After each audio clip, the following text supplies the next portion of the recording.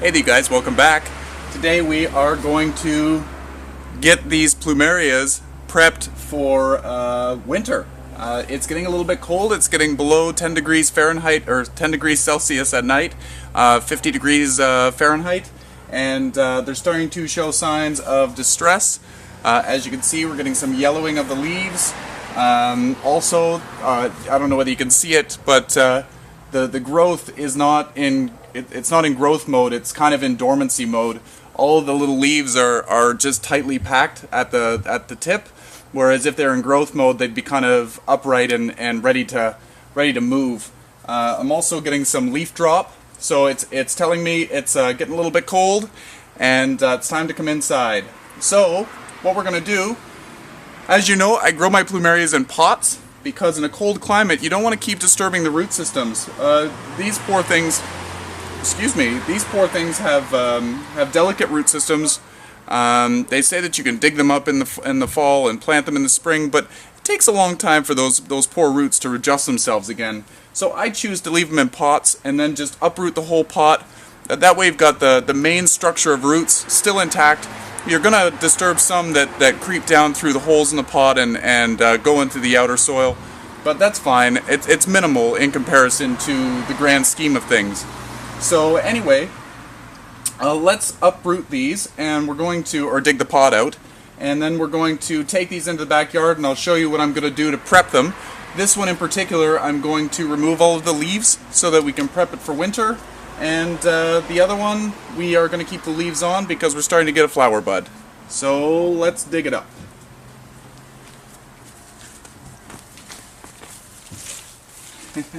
I didn't even need a shovel. Look at that. That was easy. Look at the roots growing out the base. That's fantastic. So we'll take this into the backyard and we'll clean it up. Okay, so this plumeria here is the first one that I pulled out, the only one that you saw me pull out. And this one here is trying to go dormant. I'll bring it up a little bit closer. Do you see here in the center here? All of the new growth is leaning over. Like I said, they're tight and they're just resting there. This one here has the same thing. They're just resting right here. And then same thing here. We have one new leaf, but for the most part they're all just resting. They're not doing anything. So this one, I'm not going to waste the space under my lights down in the basement because it's going to go. It's not going to produce any flowers. It's not going to do anything, and over time, it's just going to go dormant anyway. So what you're going to do is you're going to take the leaf and you're going to cut off the leaf blade, but leave the petiole of the leaf. So leave the leaf stem. So you just take the leaf off, and you'll leave the little stem on here. The reason why we're leaving the stem on there is because if you take it off right at the plant, you're going to get a lot more bleeding. These plants have a white sap, very similar to poinsettias in any of the euphorbia family, and if you take off the leaf like this and leave the petiole, it doesn't bleed for as long. These little stems will fall off naturally in a month or so. So just be aware when you bring them inside like this, you will have a little bit of a mess. Not as much as if you left all the leaves on. So we're just going to trim all of these off. And being that this is now dormant, or will be going dormant, when I put it downstairs, this one will not require any sunlight. I'm not going to water it at all over winter. I will check on it from time to time. If the stems don't seem very plump, if they're starting to shrivel, I will give it a little bit of water just to plump it back up. But for the most part, I'm not going to water this at all over the winter time. I'm going to keep it in a cool spot, so if you have a cooler area in your home that maybe in the 60s, maybe the low 70s, it'll be just fine. Again, no light is required. So I'm just going to go ahead here and remove all of these leaves. I'm going to pause the video now and I'll show you what it looks like when it's all complete. Okay, so I've got all of the leaves chopped off. I left the little teeny baby leaf on here. Let me show you here. All of the stems are on there. As you can see, we've got a little bit of sap going on. In some instances, it can be an irritant, so try not to get the sap on you. It can also stain clothes, so just be careful with it. I have not had any problem with it. I don't find that it's irritating to me, which is funny because I'm allergic to plants and shrubs. But yeah, so far so good for me. But just be wary that if you do get a rash or something, it could be caused from this.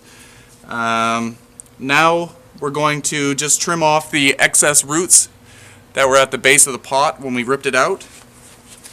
Just going to take some pruners and chop them all off. This will just help the pot sit flat on the floor when it goes downstairs.